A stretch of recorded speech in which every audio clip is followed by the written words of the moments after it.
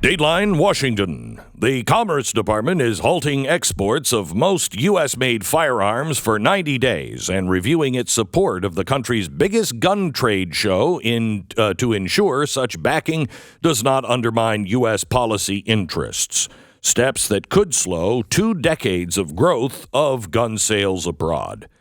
We go to Steve Bregeer, our analyst on guns and regional gun expert, to tell us what he thinks the government is actually doing here. Well, Glenn, guns are evil, and they should be banned. And they not only should be off the streets of America, but be off the streets of the entire world. These sales, of course, also help gun companies and improve their businesses. And since we want them all to go away and the Second Amendment to be destroyed completely, we do not support these exports.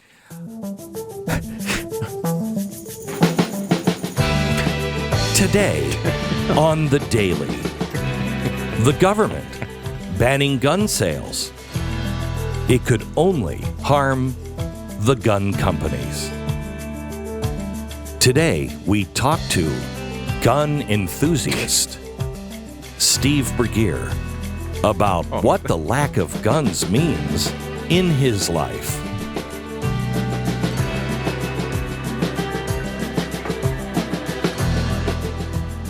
Do you ask a question, or do I just start talking? I don't know how this works. You just start talking. But you didn't ask a question. I just said you're gun nut. Guns help protect people from, lawless mobs that, the left continues to empower. You're insinuating that black people on the street or brown people are lawless mobs? I said nothing about anyone's skin color. Why are you? We're the New York Times. I think we understand what you're saying, gun nut. Racist. And that's all the time we have. I didn't even get a chance. I mean, this is so unbelievable. They are not tracking. Here's why they say they're doing this. They say they're doing this because they want to make sure that the guns that are being sold by manufacturers to gun stores all around the world, that those guns don't fall into the wrong hands. But we're sending billions of dollars worth of ammunition and guns to Ukraine without anyone tracking any of it. Notably, the export ban does not apply to Ukraine. You can apparently send as many guns as you want there. Well, they're the government. The government can send it. Just gun manufacturers can't send it. Government doesn't build the guns. They're sending guns from gun manufacturers. They buy them. Yes, it's just amazing that the weird.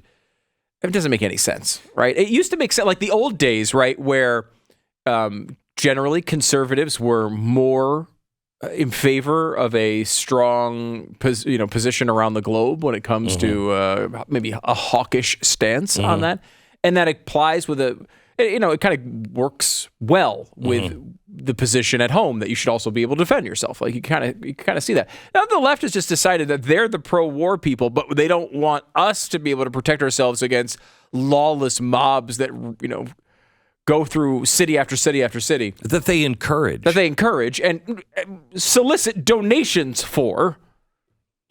I don't know. It doesn't seem to work together all that well. A well-regulated militia being necessary to the security of a free state, the right of the people to keep and bear arms shall not be infringed.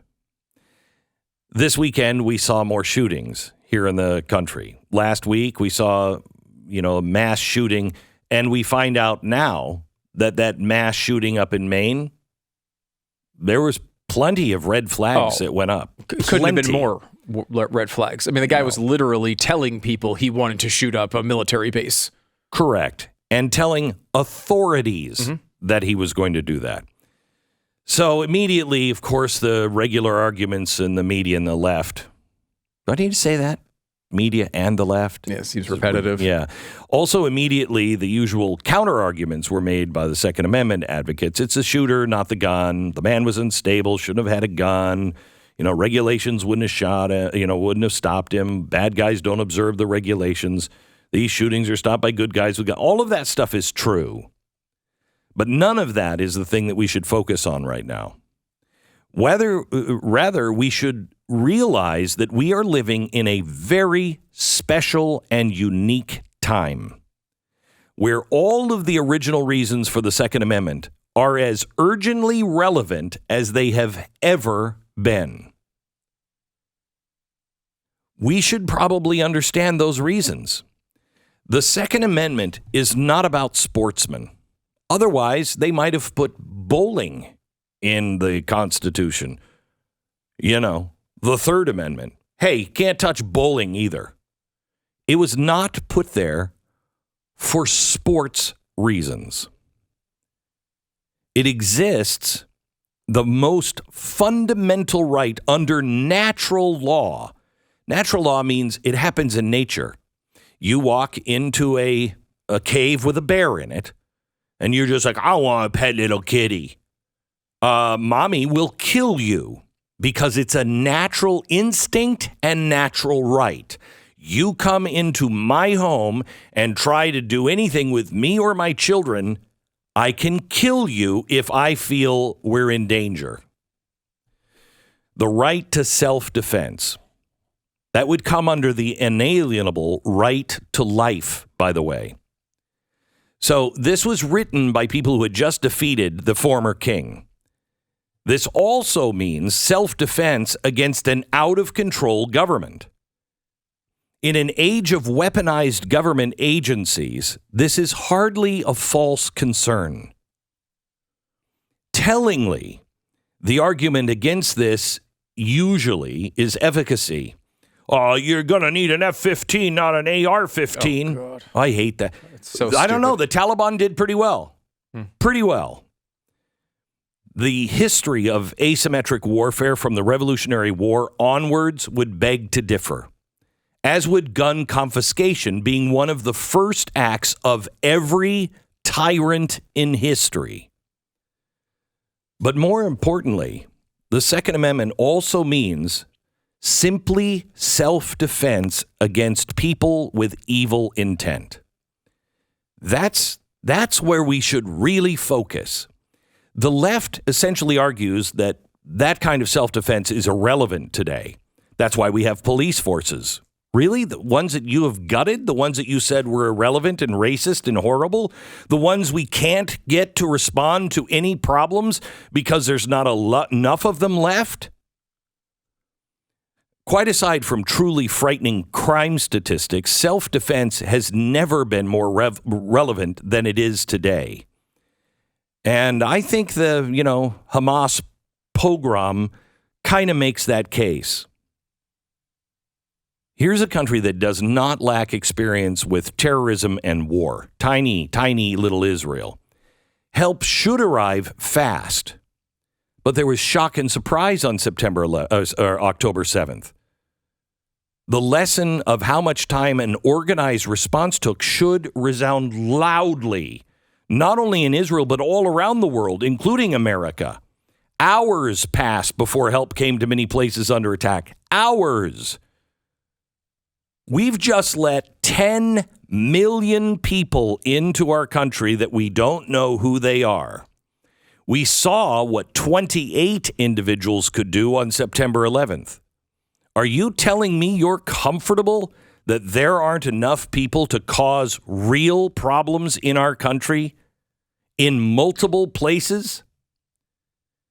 It was emergency alert squads. It was civilian gun owners, single cops, soldiers who ran toward the sound of gunfire, undermanned and outgunned. What would the result have been if the population of Israel had been completely disarmed and helpless, fully dependent on their security forces? How many would be dead? Far more than are. This lesson has not been missed in Israel, which is actually very restrictive on firearm regulations. Not everybody can have a gun. Those who can, usually granted one handgun and 50 bullets, no more. All fully registered and permitted. I think Israel should adopt a full Second Amendment right. Now the rules are being relaxed. Gun owners are asked to carry. The alert squads in rural areas are being supported like never before. Squads are made up of former combat soldiers and are kept armed and trained to defend against terrorist incursions. During the Hamas program, they made a huge difference. They couldn't stop it all. They took heavy losses. But where they were kept, in a good state of readiness, casualties were considerably lower, higher where not. They blunted the assault. Americans had institutions like this when we first started. It was the Minutemen. Men armed and trained, held ready to defend their community at a minute's notice. We know of their role in the early stages of the War of Independence, but there were similar local groups meant to defend against whatever the danger might have been at the time. Indian, for that matter, French, British, Spanish incursions.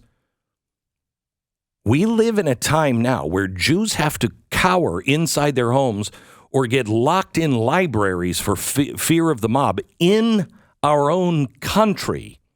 We live in a time when hundreds of thousands of people feel free to openly shout their support for evil and genocide and their hatred for the culture that welcomed them into their midst.